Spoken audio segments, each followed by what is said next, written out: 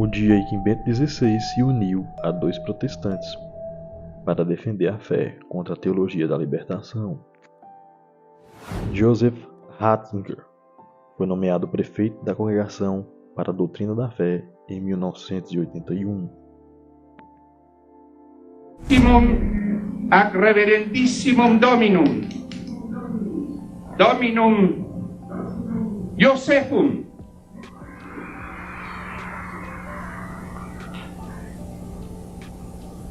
Sancte Romane Ecclesiae Cardinalem Ratzinger.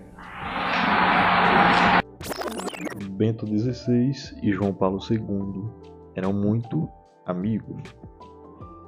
Bento XVI chegou a dizer em sua autobiografia: João Paulo II me sustentava com a fidelidade e uma bondade absolutamente incompreensíveis, revelava Bento XVI.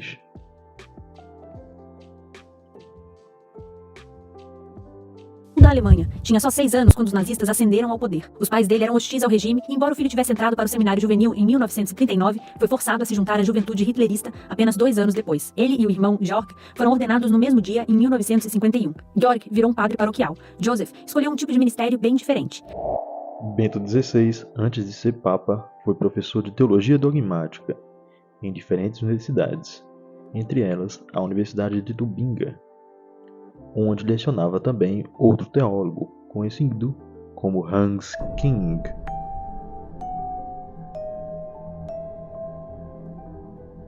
Bento XVI conta em sua autobiografia que o clima teológico estava sob influência da teologia marxista e também dos marxistas Ernst Bloch, da teologia política de Metz e de Moltmann. Todos esses autores são marcadamente marxistas alemães. Tinha-se a impressão de que tudo estava para ruir. O cristianismo era agora mitigado por uma esperança utópica, cuja finalidade não dizia mais a respeito à salvação eterna e aos sacramentos, mas uma praxis de libertação política, alinhada aos interesses do partido.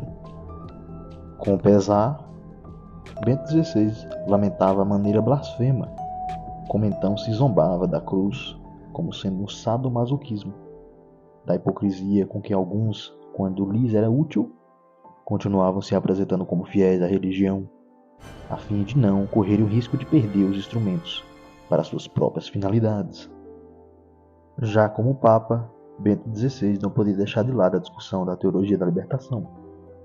A teologia da libertação minava todo o fundamento da fé cristã, na opinião de Bento XVI, substituindo-o por um panteísmo ateu, por uma ação política do ser humano em que permanecia a esperança, mas no lugar de Deus entrava o partido, e com isso o totalitarismo de uma adoração ateísta, pronta para imolar o seu falso Deus, todo humanitarista. Sendo assim, durante o tempo em que lecionou em Tubinga, Ratzinger lançou mão de todos os seus meios justos e possíveis, tal como faria anos mais tarde, para frear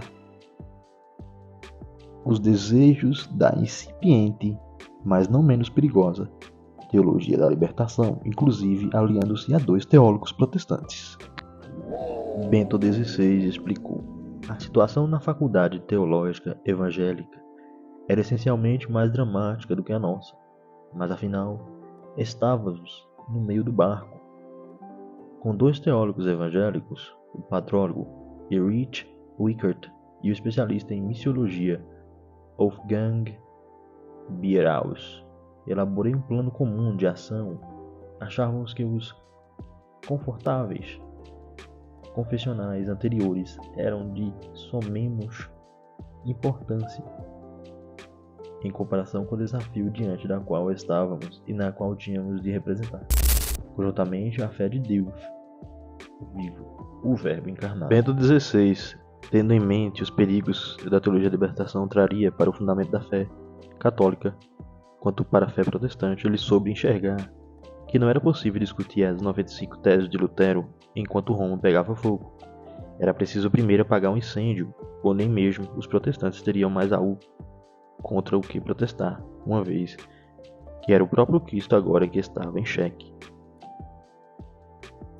Se não fosse os esforços conjuntos de Bento XVI e os dois teólogos protestantes, a teologia da libertação, que tem como lema feitas da rebelião, divisão, dissenso, ofensa à anarquia, teria tido um efeito muito mais feroz do que o que já se sente hoje.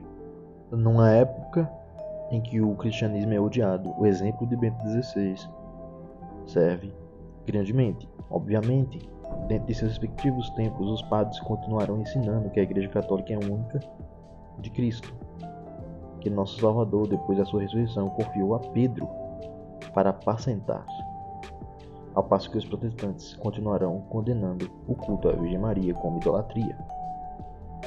Não se trata de relativismo. Bento XVI sempre defendeu que, na base de todo diálogo, deve-se existir, antes de tudo, uma profunda consciência da sua própria identidade. Mas isso não pode ser um empecilho para a defesa da vida desde a sua concepção até a morte natural, para a defesa da família entre um homem e uma mulher, e para a defesa da educação dos filhos pelos pais. Esses são temas que afetam todos e não podem ser, sob pretexto nenhum, negligenciados. A divisão entre protestantes e católicos constitui um escândalo que clama aos céus. E este escândalo poderá ser ainda maior caso se deixe reinar no Brasil a cultura da morte.